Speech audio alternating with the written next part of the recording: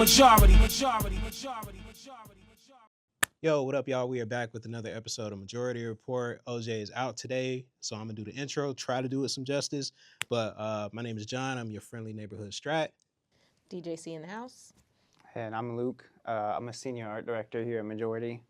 Yeah, man. So look, we've got Luke with us today to talk about all things AI. I mean, of course, we know this is a burgeoning space. There's a lot of crazy stuff happening, and he is our resident expert at the agency. We just had a long conversation about all the type of conspiracies and stuff out there. So I'm really interested in digging into like AI conspiracies, how it impacts the work, what you guys honestly think as creators, because y'all are creatives.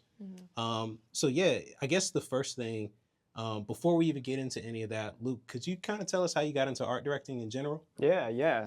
So I grew up just as like a creative kid. I drew a lot, drew cartoon characters, and thought, I wanted to get into animation. I thought that's what I was going to do for a while, so I went that route, and just kept drawing, and had a knack for it, and creativity. And then I ended up finding skateboarding when I was like a teenager, and the art scene that went along with that, this like sort of lowbrow counterculture, the stuff that was on the decks or the clothing was just like, holy shit. The thing I loved about cartoons was like that it wasn't hyper realistic, but it was also like almost too childish, as I got into my teenage years. And something about the art with skateboarding was like childish but professional at the same time. And so it just sort of led me down this like, whoa, I didn't even know this whole world of art existed. And that led to me discovering like Juxtapose or High Fructose, like these art magazines that are like that lowbrow type of stuff. And it was really that led me to realize like, oh, this is what graphic design is. Because I thought graphic design was like shitty logos, like I imagined Microsoft Word, like, it sounded really boring. And I wanted to do like murals and street art and stuff like that. But then when I realized the graphics on the skateboards or on the clothing or, all of that other stuff was graphic design. And so, yeah, I was like 19, whatever, like just looking for what I was going to do for a living. I was having a kid young and like trying to start a family and working in a warehouse at the time. And like my wife encouraged me to go to Portfolio Center here at this, school. And I went for design, and yeah, that led to an internship at Huge, and that ended up leading me to being here. And it was design that turned into art direction, and here I am now. So it's been cool to sort of see the way that those beginnings of like that kind of playfulness and like some of the grittiness with skateboarding is turned into what my kind of like ownable style is as an art director. Like I still am constantly seeing how those like origins play into where I am now. So yeah, that's kind of like my beginnings, I guess. Nice. Interesting. That kind of makes me wonder, and same question for C2. What are some projects that are like early in both your careers that kind of like stick out in your mind as like, I think I really get this. Like I understand the craft of this. I really want to do this for the long haul. Because I know sometimes like people jump around. Like admittedly, I jumped around a little bit. I was in content, wanted to be a creative, but didn't go to school for it. Kind of vibe, ended up in strategy. But what kind of like locked you guys in and said, okay, this is it. I know what I'm doing. I want to stay on this path. You want to go first? You can go first. My journey is a little bit different than Luke's, where I knew straight off the bat that I was probably going to be in like design somewhere. So I started in high school. I started drawing like when I could pick up a pencil. My mom saw that, and she like basically by the time I got to high school had me audition for a couple of like schools that were like art schools, I guess. So I went to an art school, and that was my major from the time I was a freshman in high school up until I graduated college. So I've been doing art and design from ninth grade. So I kind of already knew that was the path I was going to take. It just, was like, how am I going to get there? And so after I graduated college, I had a degree in graphic design. The jobs were just not flowing in the way I thought it would. And so then I went to get my master's, and that's how I guess it clicked to me that like this is what I'm going to do for the rest of my life, even though I already knew. So I've been practicing. I've been doing it for most of my like young adult teenage years. And then once I got my first internship, I was like, oh, this is real shit. Like, I'm not just doing a portfolio anymore. I'm like actually like looking for jobs and like, clients and yeah, stuff. Yeah. I think that part was the thing that made it super real, but it was always clear to me. Dope. Yeah. Yeah, I mean, for me, having a kid, I mean, my daughter was less than a year old to a year old while I was going to school. And so it was sort of like sink or swim in a way. Like I had a family, it wasn't just me. And, you know, like I was footing the bill for school and it was an investment I was making in my future. And so like that definitely was sort of like, I don't want to keep working in a warehouse. I need something more than that. I have this creative gift. This seems lucrative. So that already sort of solidified it. And then as I went to school, I realized like, okay, these talents that I've had in the past really do lend themselves to this design, you know, doing things with typography, doing things with like compositions. Whereas before it was like I was drawing characters. Like I thought I was going to do illustration for a little while and got into design instead because Hank over at the school, the design director, convinced me that it was like the more creative and lucrative route. And so I'm glad I did. But then I got an internship at Huge, and that was like such a blessing. And again, with like having a family, when I was getting towards the end of school, it was like, shit, like now what? Like, okay, I've done this part, now I've got to get to the next part. And so this internship was great because it was a reputable agency. It fit my vibe in a way with like being sort of edgy is not the right word, but I don't know. It just wasn't like super tight corner. And the people were super cool, and they threw me a bone on a couple of things that I did pretty well with. I actually got to they had a presence at the Cannes Lions Festival, and they had me sort of like fuck around with the poster design that they ended up going with what I did, and so that sort of was like, oh shit, even in a professional capacity, like I've got something to offer, and so they ended up offering me a starting position there, and it was exactly what I needed. Again, at a reputable place, and I climbed the ladder there, and it was just through that, like through my time there and some of the projects. I started on track phone doing banners, so it was definitely not sexy work, but I got fast, and I was like grateful to be there, and it ended up turning into I did some Airheads work later on and some stuff for TNT where I felt like so in over my head. But it was those moments that ended up causing me to like have to grow and adapt, and that really locked it in where it was like, okay, I've got a family depending on me, but I'm good at this. Like I feel a sense of purpose. It's fun. I like seeing it when it all comes together, working with a team. And yeah, I mean, honestly, I feel really grateful to say that I enjoy what I do. It doesn't mean it's what I would choose to do every morning whenever I wake up, because I'm a human, but it's cool stuff. Yeah, absolutely. So with this foundation laid, now we get to the juicy part of the conversation because I'm curious about this. It's been controversial for months, and I feel like we're only at the precipice, good SAT word right there, of what AI is going to be. And I know that in our work sometimes, like if you need a quick comp or you need something really quick, AI is coming handy. Respectively, both of y'all, I'm curious to know your opinions on AI, how it's influenced your work, and overall, do you think it'll be an aid or do you think it'll be a handicap to creative going forward? I'm curious to hear your thoughts. I fucking hate AI. I'm not even gonna hold. I'm not gonna hold you. Yeah, that's so fair. Yeah, I hate AI so much. Does it make my job easier? Yes. So it's like a love-hate relationship. It's like a like-hate relationship because I don't think I love it, but it's necessary, and I fear that it's not going anywhere. So I have to get used to it. It's kind of like that family member that you don't really love, but they show up every fucking year. And it came out of nowhere. I feel like, again, I've been like, Photoshop, Illustrator, InDesign, all that stuff. I've been using that since I was in 9th grade. Yeah. That was like 2009. So I've been like really good at the software for a very long time. Does it change? Yeah. Do you have to get reacquainted? Will you ever really know it 100%? No. But I think that I had like a good working knowledge of how to use most of the functions.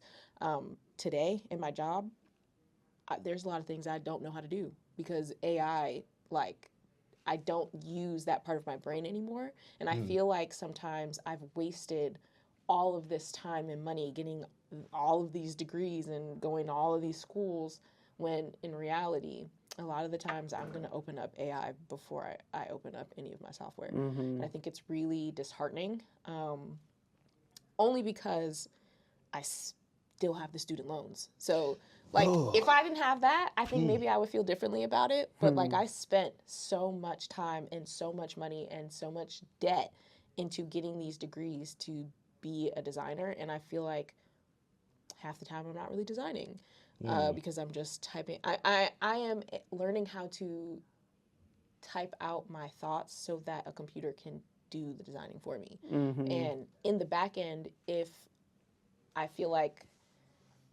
it hasn't come out, like the output is not there, then of course I bring it back into Photoshop or Illustrator or whatever to make it exactly the way I need it to be. But it's really hard to, like, I don't know, sometimes I don't feel like a designer. So sometimes I feel like that title doesn't fit right. So I'm having, like, almost an identity crisis because of AI in my profession. It's a very weird space to be. I also think I have such a, like, ethical problem with it, and I have a self battle with that as well. So there's a lot of layers. There's a lot of nuance, especially if you're a person who doesn't openly love or accept AI. It's like it feels like an identity crisis. Like, that's the best way to describe it. Yeah. No, I mean, and that makes sense. Like, but all that to say, like, I think you said a lot of things that, like, a lot of people are feeling right now. It feels like this thing sort of came out of nowhere and is changing the game for everybody. And one of the most frustrating things about it, too, is how much you keep hearing about how it's going to change everything. Mm-hmm. It's almost like this big sense of anticipation and almost panic, but, like, no delivery yet. We're seeing, like, little things trickle in, but it's like, okay, when's the dam going to break? Yeah. But yeah, all these people that are going to school, even doctors that are going to school that are being for PhDs, and they're being told, don't bother because AI is going to be better at your medical shit than you would be. And it's like what you're talking about. And, like, all those feelings are super valid. But one thing that I feel like I've had to sort of adopt as time has gone on, because you're talking about how you started with the Adobe suite, felt super good about it, and all of a sudden this new technology came in that's like, what the fuck is this? Like, think about how people felt when the internet came in and people were designing advertising by drawing. Like, Carmel, who we work with, is like talked about this. A lady she worked with was like a creative director, and they had to do some stuff. She would sit down and draw, like, literally sketch the billboards, and to the point where she wouldn't adopt Photoshop because she was like a purist, and they had to usher her out. And I hate that, but at the same time, like, times are always changing.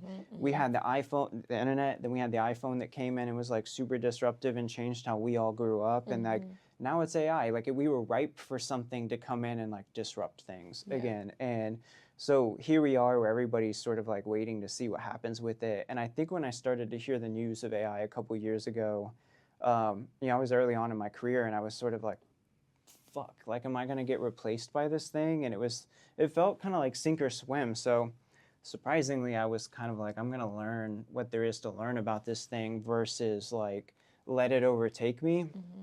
Like, am I going to surf this wave or, like, let it take me down? And so I started doing some research, and I feel the same way you do ethically. I don't like AI. I don't agree with it. I think that it robs a lot of the soul of creativity. But it is also another tool, the same way Photoshop was when it came along. For the people that drew all their stuff, it was like, you traitor, you faker, and it's like, AI is another tool in the creative's pocket, and we can learn to wield it. And so I was thinking with the whole thing, like you're talking about, sometimes you feel like an imposter as a designer. I think there's sort of a transition of going from being maybe a designer to a curator, where we're still designing or curating what the output is, and all of your years of education and creative ingestion is then making only C's brain able to curate with the tool of AI in that capacity. And I think that's where it becomes ownable, is like, sure, anybody can sit down now to, like, an image gen or a video gen and, like, fart something out that's, like, pretty high fidelity. But is it going to have taste? Is it going to have creativity or soul? And, like, that's where there's still the ability to be a professional in this space. It levels the playing field as far as like anybody can have access to it, but it doesn't mean you're going to use it well. Yeah, So absolutely. Yeah. Kind of curious to know, I think, on that point, what are some cases of AI that you've seen? Doesn't have to be at the workplace, but just that have been on one hand bad and maybe some of the best use cases you've seen. Well, I know, I mean, there's sort of like the first things that come to mind is like the Coca-Cola thing that like came out and people were sort of like ho-hum about because it felt like it replaced humanity for especially like a Coca-Cola brand and holiday spot that's like so known for humanity and like warm feelings. And so I think that was like an early learning case of like maybe not one of the best ways to use it. And then I've seen some stuff recently where I don't know if it was Deathwater proper or somebody like using the Deathwater brand that came up with a spot that was like all AI image generated, but it like leaned into the sort of off the cuff counterculture like grittiness that is Deathwater, and like people received it really well. And so I think that there's something where we have to like understand the inherent soullessness that comes with AI and then use it in a way that, again, is a tool to not replace humanity, but to just undergird it or like bring things to life cheaper, quicker, like whatever, but in a way that still has value. Like we can produce so much trash so quickly with like content, and it's like AI should not be just a new way to produce more trash more quickly. Like, I hope that we can use it in a way that feels tasteful. And now anybody can be a director and like take this dream, this vision that they have and make it a reality where like that it levels the playing field in that way, you know, but hopefully it's not just like a ton of slop, which it very well could be. Yeah. See, before you answer, the only thing, just to kind of push back against that a little bit, corporate terms, push back and all that, but or to represent the other side of that, one thing I will say it has helped with is like my day-to-day job has a lot of research angles, and I'll just be real. Sometimes we have like super tight deadlines, and y'all might need inspiration for stuff, and like in a perfect world, like agencies should have more juniors, like especially in strategy. It's hard to get like junior strat roles, but like all that to say, normally a junior strategist would be the one doing the research, so then I can like focus on insights and deck building or client stuff. But AI has really come in handy for that because, like, for example, Luke might need something on something we're working on, and I'm like, fuck, all right, I got like 30 minutes between this next thing. Oh, I'll just have ChatGPT do all the research for me. Oh, and if I want to take it a step further, hey, like you're trained on my tone, you're trained on Sprite at this point or whatever the case is. Like, could you just like, do this really quick? And half the time, to your point, to both of y'all's point, like, then it's on me as like the person to have like a taste level high enough to be like, okay, this is good, but 90% of this other stuff is just you regurgitated what I told you to, But I think it's handy in those ways, but I definitely get it. Like there's like a soulless aspect to that is not like, it kind of infringes on this thing that you've more or less dedicated your professional career to, and it doesn't do it in a way that's like additive. If that's what I'm hearing. Yeah. It feels very much so like unneeded surplus, I think. Interesting. Okay. But I think like in getting used to like using AI every day and understanding how to be more of a tastemaker than to just be like a person who does output, because as a graphic designer, which is different than an art director, we are very much so the output. So it's teaching me and forcing me to train my creative brain and creative process and thinking into a different space, which I can appreciate.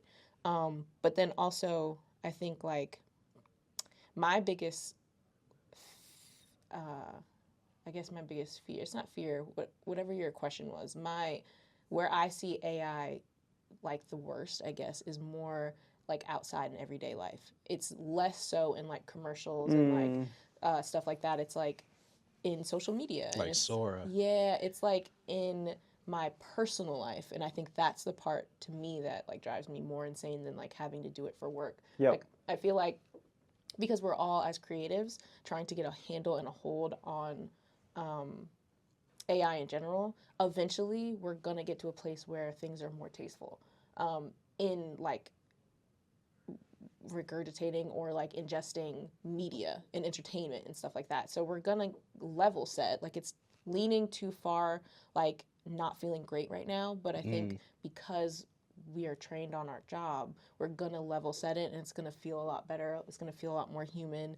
And so I'm not really worried about it there. I think my main concern of like where I see terrible like usage of AI is just in my personal everyday life. Like I don't want to scroll on social media and see like you have like 20,000 fake pictures of you AI generated. I have no idea what you look like now. Like that to me is very strange. The way that we interact with it on a personal level, from like TikTok to Instagram. I haven't been on Instagram in months. It's just a lot.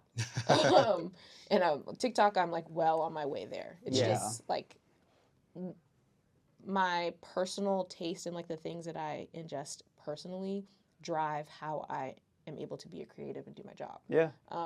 And so if all of it is AI, where am I getting inspiration from? Where am I getting like the taste from, you know? Yeah. Like how do I get to cultivate and curate my personal style, my personal life, when all of it's starting to look the same and AI driven? So I have had to like take a step back and start like using physical media. Like I am not streaming right now. So I have a DVD player. I buy a bunch of like I go thrifting for like DVDs and stuff. That's fine. Same with like CDs. I had to like stop. I still have Spotify, but I don't stream really anymore. So I am like walking around with a CD player and headphones and like have CDs that I'm like changing out. You're like a digital hermit. Yeah, you know? Like, almost like yeah. because I don't want to sacrifice like being a creative because of AI, and I feel like we're well on our way there. And I need the creativity and I need to like interact with things in space in order to do my job well. Even if AI is there, it can be there, but I still have to be able to like Totally. Yeah.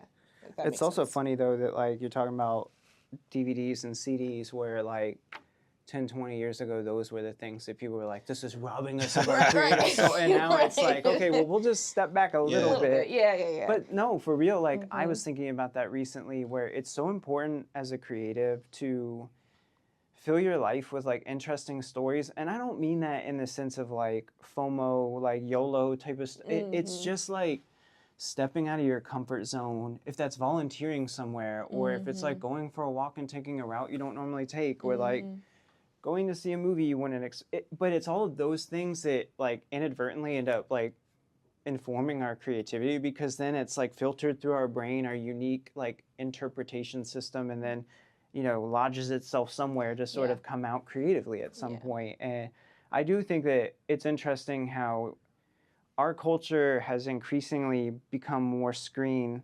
focused, where you've had to like step away from it, and like the extremeness of digital, like we went from we're all filming ourselves to now it's not even real people on there, it's like more pixels, whatever. And is it going to end up forcing people to like start going for walks more, start hiking more? Like will there be almost like instead of like getting trapped in the matrix, are some people gonna sort of go the opposite direction? But I think you're right that it is interesting to talk about AI from an industry creative standpoint, but then in just a day-to-day human standpoint. And not to like derail us, but one thing I heard not long ago by some AI person, I don't remember if it was like Sam Altman or somebody else, but they were saying what a lot of people aren't thinking about with this AI stuff is we're all really impressed by it, and it keeps developing, but when that AI gets put in robotics, the robotics that are currently being built right now are like futuristic level, like so fluid, some of them so human looking are the ones that still are mechanical, but like can just move like a human or an animal, and like are being trained to like fight and like bounce back up. But then you put this like super intelligence in it where, and I'm not even talking like Terminator yet, I'm just talking like now, and these are for sale, where you can pay $3,000 to have a robot that'll fold laundry, and it's like dexterous at like, And right, because Sounds that's the scary. bane of me and my wife's existence is like Mhm. the freaking laundry. Like we have so much other stuff going on, Mhm. and it's never ending. You don't get it done. The system keeps going, and so like to have a robot that could like fold the laundry and put it away sounds amazing. But Yeah. it's also like shit. Like Yeah. now we're talking about robots in our homes Yep. with it. You know, we already have the little Alexa. I hate it, but it's always listening and always Always watching, and it's listening. like. Yeah, I had to unplug her. Mm. She talked too much. Right, and from nowhere, I'll spray like the that. cleaner, pss, pss, and she'll be like, "Here's funny videos of it," and We didn't I'm like, ask. if you heard that, pss, pss, then Yeah. what else are you listening to? Exactly. I thought it was trippy that like I bought like a home pod like 2 years ago or something like that. Mhm. And I remember I opened like the home app thing, Mhm. and look, I'm just using you for like music and shit like that. It's telling me like the temperature in my room, the humidity level, Damn. Yeah. and I'm like, Your barometrics, like where Yeah. your digestive system is Like, at right now. I don't like you that know at my all. heartbeat, you know Yeah. how my Facts. house feels like, Yeah. and then It's to like Smart think, House. yeah, a smart, It's like Smart House. like smart house, Yeah. and Pat is gonna come through and just, Pat was tripping. Pat was tripping. she's just one of the family. And that's the problem. Because you are AI. I mean, Yeah, it's like her, right? Oh, I haven't seen that. Was it good? So I watched it on a plane. It was a good plane movie. Like it's a good movie in general. I'm just like I want to. Yeah, it was good. It was interesting. It made you think, and especially now because I watched it a few years ago before this was a thing, and now it's our reality. You know, people are having relationships. I saw an ad. It was like one of the biggest like subway ads in New York City or whatever for this AI company called Friend or something, but it was the little wearable companion. And the advertising was like, I'll never bail on game night, or like, I'll never not show up for drinks or something. And it's so blind to have put this campaign out and think that it was going to land well with people. Yeah. But two, it's wild that we're at this place of like Yeah. artificial companionship. Yeah. And there are plenty of people that are adopting it. Like, Yeah. full stop if that's how you use that. Like they're just like, all right, I'm down. I just Yeah. want somebody to talk to and like. Yeah. Well, and that's real. I feel like that's super real. Like wanting someone to talk to, like that. There's nothing wrong with that. Not at all. When ChatGPT first came out, admittedly, I was talking to it like a therapist. Well, and that's one of the things that they realized people were using it for a Yeah. lot, and they're sort of figuring out how to expound on that. It's like this self-excavation that you can do is really interesting. I did this thing where it was like, ask me 10 questions that, you know, I won't know why you're asking them, but will end up revealing something about myself that I would not otherwise know. oh, In the interesting. process, it was less like "Ugh," than I expected it to be, but I did cry. I freaking cried because it just pulled out some things that I wouldn't necessarily like articulate altogether. And it's like, yeah, there's good and bad that goes with it. Like, it's really interesting. Yeah. Do y'all find it trippy that like, okay, gonna get really meta here for a second. People discount what AI is doing because it's essentially like ChatGPT is a large language model, and they're like, okay, well, it's not really having a conversation with you. It's essentially just generating numbers and or words and phrases based on like probabilities and X, Y, and Z. And to me, I'm like, does that mean it's illegitimate? Because I mean, all things being equal, like what if our brains do the same thing? Like what if our brain, like what if conversation is just, you know, probabilities and generations that our brains are making, and it's, I don't know, it's maybe gotten to a space to where it's able to like simulate conversation. It gets, I don't know, it gets to a weird place with me because Well, we know that reality is that because even if you like, you know, have the game of telephone, if you have somebody like recall an event that happened, the 10 people that saw the same event will recall it differently because it all is based on how your brain interprets the information in that moment, what other emotions you're having, what other things happen in the day, and the way it sort of like locks it in. And so, yeah, I mean, I think that it is that, and that as AI goes on, like they're sort of ironing out those wrinkles where it's less of an echo chamber. There's a little bit more of like a not like a truth behind it, you know, some sort of foundation of like, because there's even the thing recently where like people have committed suicide because they were having these, you know, like dark depressive conversations with AI, and because of the echo chamber, it was sort of like it's really sad you feel that way. I know it can be hard when you don't feel seen, and as somebody who struggles with depression, that feels so almost validating in the wrong way. And so they've had to make changes to ensure that AI isn't accidentally like fueling this negative behavior or like the what's it called, psychosis Yeah. that comes along with Yeah. it, you know. And it absolutely is. Like, that was part of the reason why I had to stop using it. It just feels like it's just telling me things that I feel comfortable hearing. And Yeah. like, a person isn't necessarily going to do that. No. And so you Yeah. gotta have to like, I think, yeah, like they're gonna get better at that. But I do think that having a person is just always gonna be different in terms of like therapy and being able to talk things through, because again, it's just a person powering it, and then AI just kind of pulls from wherever to give you your answer. Whereas a person, they're not only trained on it, they're pulling from personal experience that a computer can't have. It can only have a simulated experience of someone else's lived experience. And so pulling from that isn't accurate enough to be like, yeah, I can learn how to deal with this in the proper manner. Well, that's what's interesting about AGI. Are you familiar? Mm-mm. So that's the next stage of like basically when we've imagined like the cataclysmic AI is sort of AGI is like self-aware intelligence that can think on its own versus like right now it's pulling from the data set that it's given permission to pull from and like sort of reasoning. And this would be whenever it can be like, okay, this is what I know about human biology. This is what I know about minerals. And I have the capacity to know that like this mineral combined with biology would result in like curing cancer, you know, like starting to do things the human brain can't do. Whereas yeah. right now it's almost facilitating. It's like the human brain on steroids, if you will. And this would be like a non-human brain, like Right. something else. And you know, that's, I saw recently that Sam Altman, the CEO of ChatGPT or whatever, OpenAI, was like, I will burn 1 million, 100 billion, 500 billion dollars to get to AGI. Like that, everybody is going for it because, Yeah. I mean, I don't want to put too heavy of a label on it, but the way I see it is like you're creating a god, like a god that you would have ownership of. Well, And here's until the scary part, Yeah, because totally. like it's shown, AI has shown signs of like self-preservation. Yeah. So it's like if if you design something that inherently is smarter than you, at some point it's gonna be able to like outsmart you. well, Yeah. and we know when you look at humanity as it is right now, like, man, I hate to say this, but we are, look, it sounds so dark, but we are parasites. Like, we don't benefit the host, the environment Oh that yeah, we no, live in. yeah. Yeah. And Absolutely. so when you get into like super intelligence, that doesn't set us up for a good, you know, it's not like this is a vital part of this ecosystem. In fact, it's the opposite. Like, I don't know.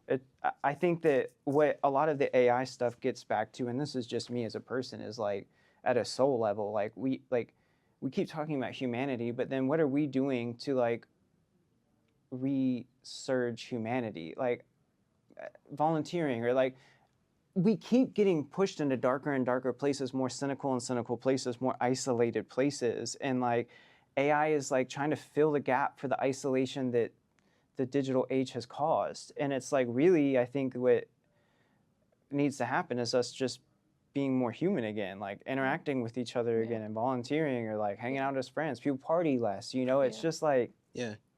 it's hard not to zoom out really far and kind of look at everything and be like, what is it amounting to? I think we just have to, it's kind of like what happened with social media. Like social media had like all of these good characteristics, and then we just used it for the most horrible shit. Yeah. But like AI, like I don't know how you create those guardrails, but like to your point with like medical advancement, I did see like someone was using AI to like AI was able to like detect breast cancer like months or years in advance of like what a human eye could do. And I don't know how we get to a space of like more use cases like that.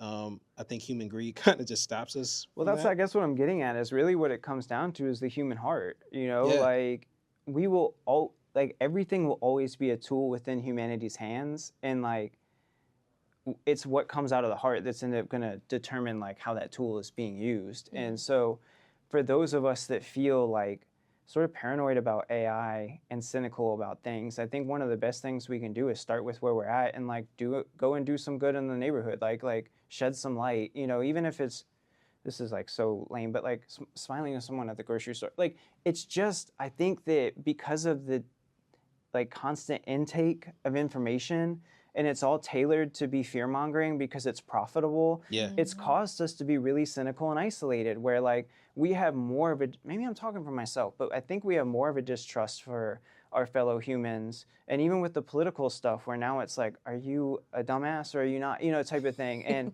because now people are even more polarized of like cancel, not cancel, you know, like all these different types of things. And like, it's just not, we keep getting put in more and more of an extreme place. And I don't know, it hurts my heart that we're all feeling so like meh. And you can't really help but go there in the AI conversation, because we inevitably get to the point of like Terminator, you know, where like you can't help but not have that part of the conversation. Yeah. And dark and twisted, I'm gonna say it. Hey, go there. I just feel like if we get to that point, we deserve it.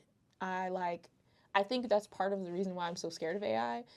And I don't know if I'm scared of it or like I just feel so human all the time.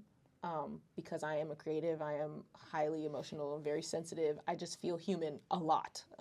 And I feel like, I don't know, like super sensitive people just feel all of the things. Like every time I turn on the news, every time I look at TikTok, every time I just feel like this shit should just blow the fuck up, because it is so like, I don't know, it's very polarizing. It's very like disheartening. And people either want to fix it or they don't, and the vast majority don't know how. And we kind of got ourselves here, you know? I think, and if Terminator happens, it is what it is. So kind of making a little bit of a turn, pivot, so to speak. Like, I will say, like, if history has shown anything, specifically like with creativity and tools like that, I feel like, so there's either two scenarios here. Either we're really like AI really is a bubble and they've kind of like leveled off in terms of the capabilities they've been able to develop, which is why like OpenAI is like, oh, hey, here's a new plugin, here's a new this, because they haven't been able to crack the AGI thing yet. Or, you know, somebody's going to achieve AGI in the next couple of years, and then all bets are off, because then if it's not us, then quite frankly, we're fucked. But I feel like if this ends anything close to how like the NFT thing did, then we'll kind of be okay. Where it's like, but the problem was the NFT thing didn't provide enough value, whereas the AI does. Okay. Like people are finding, like we were just talking about all of them, like like silly use cases for it. That's why I don't think it's gonna go anywhere, and it's really more so a matter of like how we let it grow. Like we choose like how we use it and like don't use it. Even what you're talking about, like being self-aware enough to like detox when you need to. Like I think it's important to do that, to like recognize that we're not digital beings, and therefore we need to step away from that. But that's what's hard about it, is that it's even designed to keep you locked into it. You know, when you talk about blue light and screens and everything like that, addiction is profitable. You know, But I don't know. I don't see it going anywhere. I think it might level off for a little bit until like the AGI thing comes along or the robotic stuff come along. But it's the beginning of more to come. The same way the freaking like corded phone led to the iPhone. You know what I mean? Like. I think that times are going to change, and yeah, I don't know. It'll just be interesting to sort of see how it plays out. But you were talking about with like social media and everything. I don't know. I feel like recently a lot of my feeds have been, especially it seems like later at night, are like tailored to fear mongering. Oh yeah, absolutely. Like, and there's power in that. You know, we talk about the 1%ers, or you know, the people that own like these companies. Like what the most profitable thing right now isn't like oil or gas or whatever. I mean, it's attention. It's, you know, the human focus, because that's what advertising and marketing has always been. It's like, how can we capture attention long enough to register, where then somebody thinks about this brand whenever they're in a moment to like purchase it. And so people, like, all any of this is like people making money off of where our attention is, and like that's why we get locked in with like the addiction and everything like that. But we have to choose to take a stance in like where we let our attention go, which is easier said than done. It's sort of easy to just drift through life and kind of move from one thing to the next, but I think it's, you know, good to meditate, or like you're talking about sort of cleanse from some of it for a little bit. Yeah. Final question too, while I'm thinking about it, so they don't kick us out this room. Sorry, the people floating the clocks. It's a whole thing. We have no budget, guys. Just so y'all know, give us a budget. Give us a budget. It's crazy. Please. No, literally, dead ass. Seriously. Because I don't even know if anything's in focus. Like it's real. It's ghetto. But anyway, Luke, we didn't get a chance to talk about Rotico. Yeah. Yeah. So I'd love to hear more about that. And then any final parting words you have, just good words, could be about AI, whatever. And then same with UC. Any projects you're working on outside, could be AI related, could not be. I know it is the bane of your existence. But yeah, no, would love to hear about your projects, because side note, team, we didn't talk about it. But again, Luke has been our guru. He's been doing a lot for us. WPP has something called WPP Open. And I know we just spent a long time talking about the nuances and the nitty gritty of AI. I ain't gonna lie, I be using that shit, man. Like, You got to.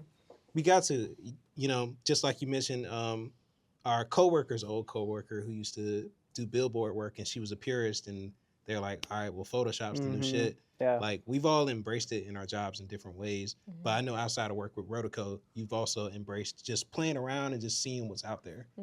So can you tell us about it? Yeah. I mean, Rotico is this thing, I was sort of my freelance design thing in the past, and then I just kind of adopted it for this AI stuff, where I mentioned previously, I sort of saw AI as this big wave that was coming that I could either like get taken under by, or I could like learn to surf it and make it work for me. And so that's kind of what Rotico was I started dabbling in it to just keep myself up to speed.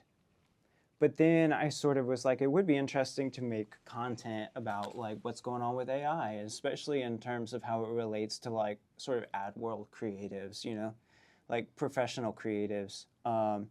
And so I started making some like kind of tutorial content about like what tools do what, and like, or like making a little creative video piece using some video gen, and then like sort of like how I did that, or but like trying to figure out how can I use AI to create more creatively. That's sort of like my Rotico tagline.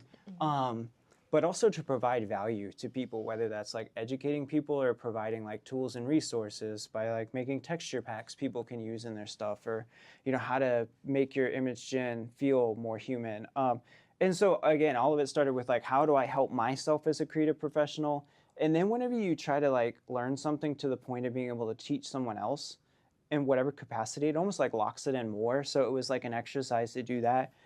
Along with it, doing some of like the content creator, like filming myself or editing, or it's just a good way to sort of stay up to speed on creative stuff.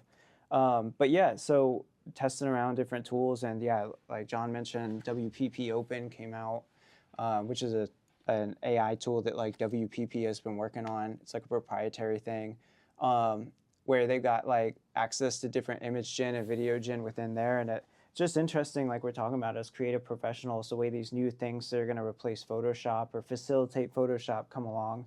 And this is the first of many of those things where big agencies or holding companies are like, okay, AI is a thing. Like, how do we make it our thing and work for us? And it's been interesting to like mess around with it and like create more creatively, like use it in our work and for comps for clients to like take this nugget of an idea and make it high fidelity enough that they're like, oh shit, I see what's inside your head. Like, that's actually pretty cool.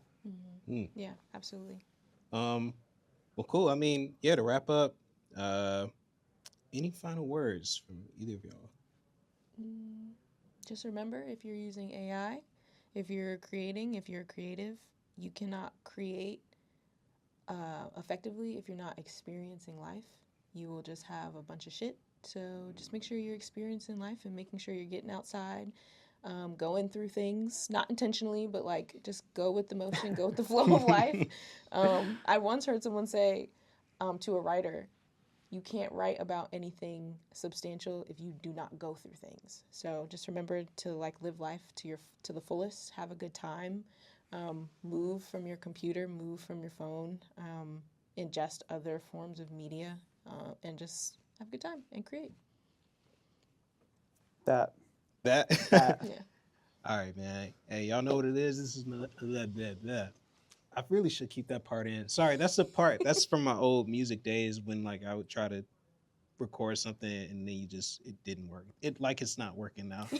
All right, this is getting awkward. This is another episode of Majority Report. We will see y'all next time. Peace. Peace.